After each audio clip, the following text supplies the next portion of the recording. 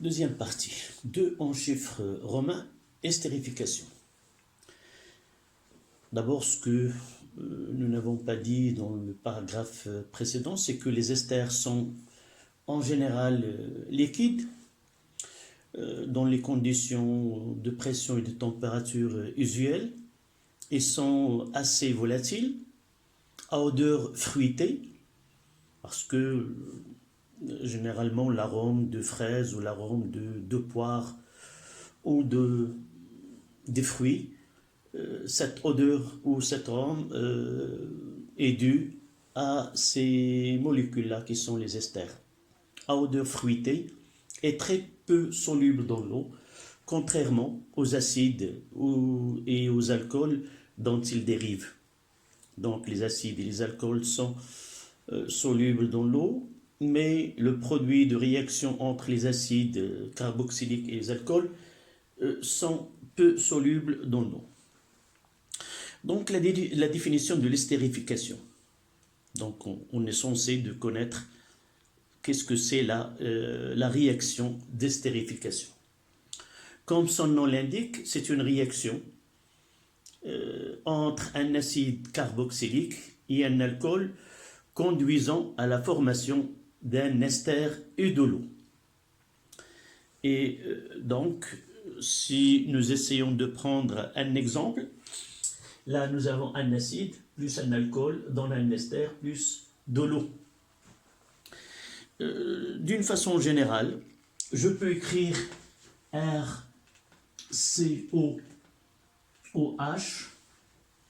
plus HOR' peut nous donner un ester où on formera CrCO OR' plus H2O. Donc là, la formation de l'eau,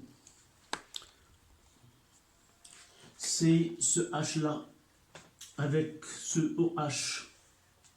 Là, ça donne H2O.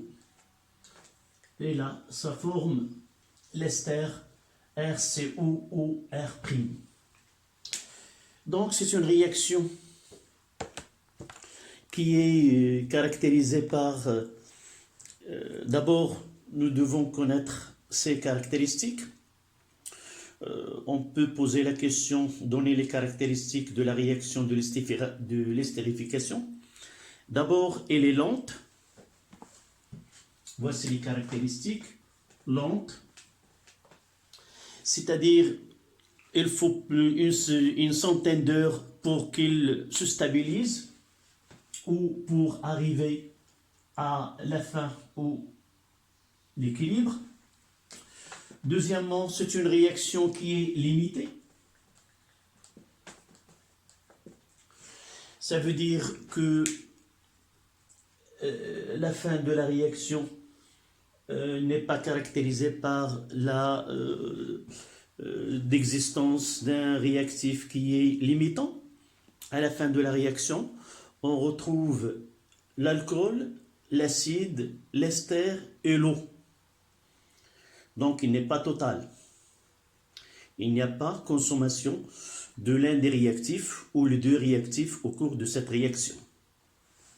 La troisième caractéristique, c'est qu'il est athermique.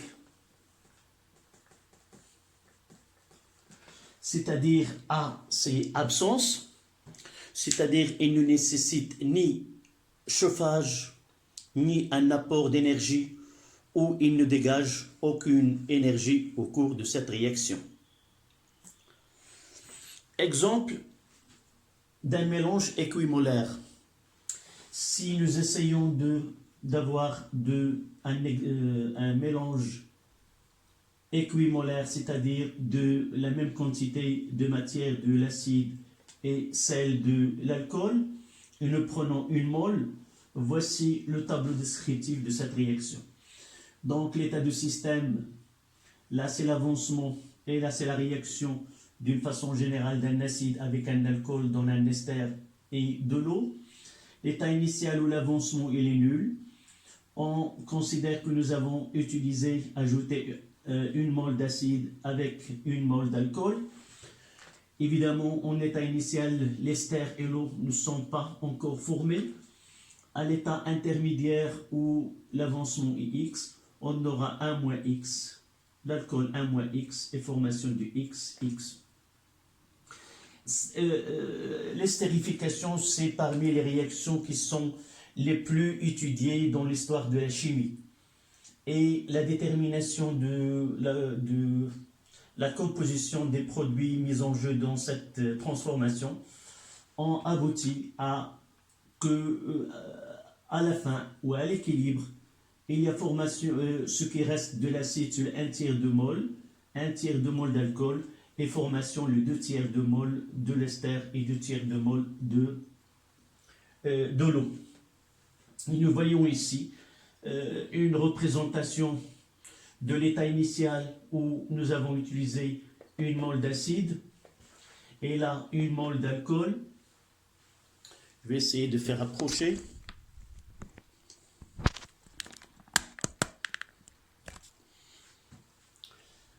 Donc, avec ce diagramme-là, 1 mol d'acide et 1 mol d'alcool. Selon la réaction, la transformation, c'est l'estérification qui amène à la formation de l'ester. Nous voyons ici que le 2/3,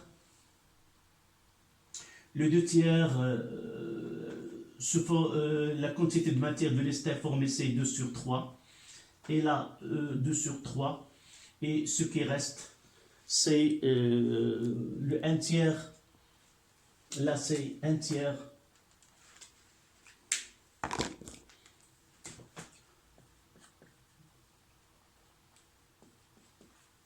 Il reste uniquement le 1/3 d'alcool. Là, c'est l'alcool, le 1/3. Et là, le 1/3. Et ça donne cette schématisation. Donc, le 1/3 mol d'acide, le 1/3 de mol de l'alcool et le 2/3 de l'eau et le 2/3 de l'ester. Cette réaction-là se fait dans un dispositif expérimental. Nous utilisons, c'est une réaction qui peut être catalysée par l'élévation de la température. Nous avons dit que cette réaction demande des centaines d'heures, mais en travaillant à des températures un peu élevées, 60, 80 ou 100 degrés Celsius, on aboutit à un équilibre dans une durée qui est plus réduite. Donc, dans un exercice d'estérification et d'hydrolyse, il nous donne ce schéma qu'on doit l'annoter, c'est-à-dire on nous donne des chiffres, on doit donner le nom de chaque partie. Là, c'est le chauffe-ballon. C'est celui qui maintient une température constante au cours de la réaction qui se produit. Là, c'est le mélange réactionnel entre l'acide et l'alcool dans un ballon. Donc, ce chauffe-ballon, il est thermostaté. On peut garder une température bien déterminée. On utilise un réfrigérant. Et n'oubliez pas que l'eau entre par l'orifice d'en bas et sort par l'orifice d'en haut afin que se produise la condensation de produits de cette réaction et le retour de l'ester. Donc, la technique utilisée, il s'appelle le chauffage à reflux.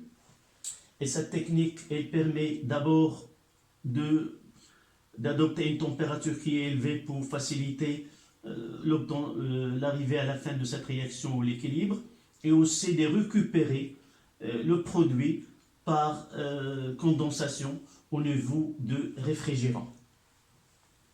Donc, si on s'intéresse à la synthèse, normalement, on s'intéresse à la synthèse d'un ester, et si nous essayons de suivre la quantité de matière de l'ester au cours Là, c'est la quantité de matière de l'ester formée en fonction de temps. On constate que la quantité de matière,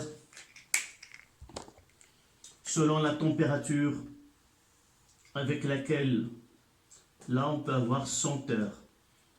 Et la quantité de matière de l'ester formée, là, c'est 2/3. Évidemment, si nous avons utilisé une mole d'acide et une mole de l'alcool. Voilà pour un résumé de la réaction d'estérification. C'est une réaction qui est lente, limitée et athermique. C'est une réaction qu'on peut agir sur la vitesse de réaction avec la température.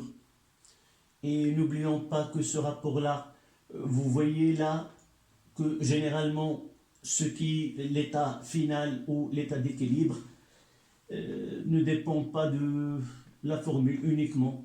Un mélange équimolaire d'un acide et d'un alcool dont l'ester correspondant est l'eau. Et nous savons à l'avance la composition du mélange à l'équilibre. Et nous pouvons écrire la constante d'équilibre dans ce cas-là. K, c'est la quantité de matière, c'est 2/3 sur V, fois 2/3 sur V, sur 1/3 sur V, fois 1/3 sur V. Et nous voyons, ça donne, en simplifiant par 1/3 et par V, K est égal à 4. Donc la constante d'équilibre pour cette réaction d'un mélange équimolaire est égale à 4.